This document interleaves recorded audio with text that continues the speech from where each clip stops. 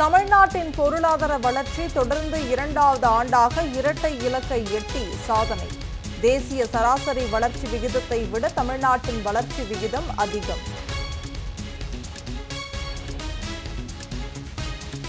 மேற்கு வங்கத்தில் இரண்டாம் கட்டமாக 142 தொகுதிகளில் நாளை தேர்தல். வாக்குப்பதிவுக்கான இறுதிக்கட்ட பணிகள் தீவிரம். பாதுகாப்புக்காக மத்திய பாதுகாப்பு படை குவிப்பு.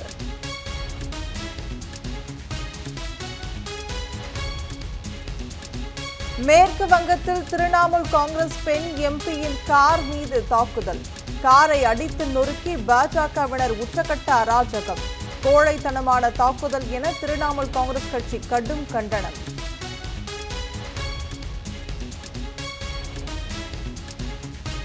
ஆம் ஆத்மி மாநிலங்களவை எம்பிக்களின் எண்ணிக்கை எதன் அடிப்படையில் குறைக்கப்பட்டது?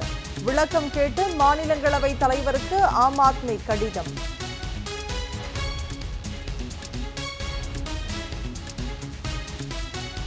ஆந்திராவில் பெட்ரோல் டீசலுக்கு கடும் தட்டுப்பாடு. திருப்பதி உள்பட பல்வேறு இடங்களில் பெட்ரோல் நிலையங்கள் மூடப்பட்டதால் மக்கள் கடும் அவதி.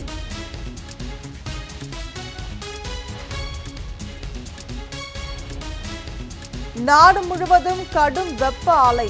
ஒடிசாவில் மக்கள் தொகை கணக்கெடுப்பு பணியில் ஈடுபட்ட 2 ஆசிரியர்கள் அதீத வெப்பத்தால் உயிரிழப்பு. சுகாதார முன்னெச்சரிக்கை நடவடிக்கைகளை மேற்கொள்ள அனைத்து மாநிலங்களுக்கும் ஒன்றிய அரசு அறிவுறுத்தல்.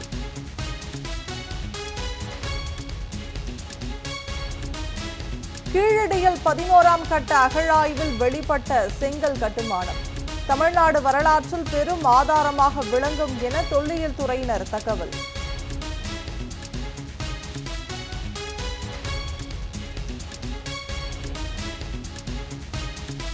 சென்னை பெருங்களத்தூரில் புறநகர் மின்சார ரயில் மீது கற்களை வீசி தாக்குதல்.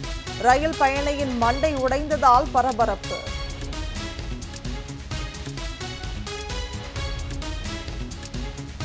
விழுப்புரத்தில் நடைபெற்ற திருநங்கைகளுக்கான அழகி போட்டி.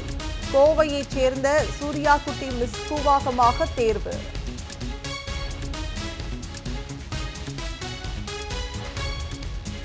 தமிழ்நாட்டில் 15 இடங்களில் சதம் அடித்த வெயில். அதிகபட்சமாக வேலூரில் 107 டிகிரி வெப்பம் சுட்டெரித்தது.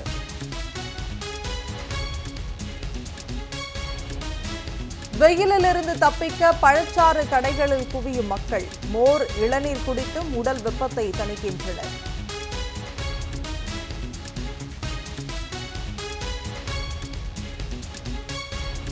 அதிமுக ஆட்சியில் பல்லடத்தில் மின் மயானம் அமைத்ததில் அரசுக்கு இழப்பு ஏற்படுத்திய வழக்கு.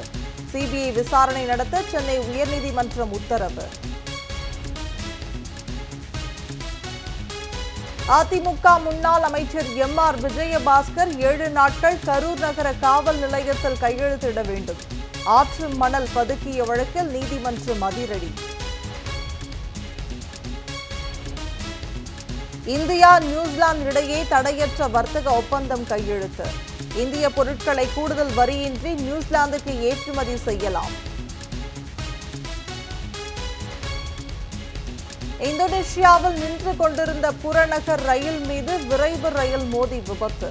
பயணிகள் 7 பேர் உயிரிழப்பு, 81 பேர் படுகாயங்களுடன் மீட்கப்பட்டு மருத்துவமனையில் அனுமதி.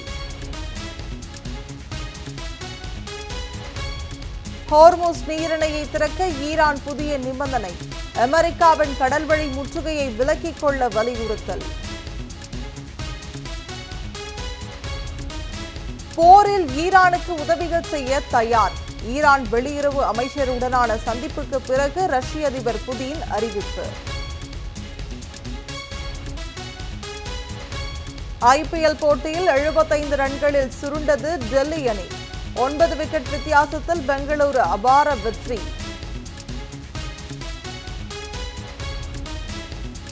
ஐபிஎல் கிரிக்கெட்டில் 9000 ரன்களை கடந்த முதல் வீரர். விராட் கோலி வரலாற்று சாதனை.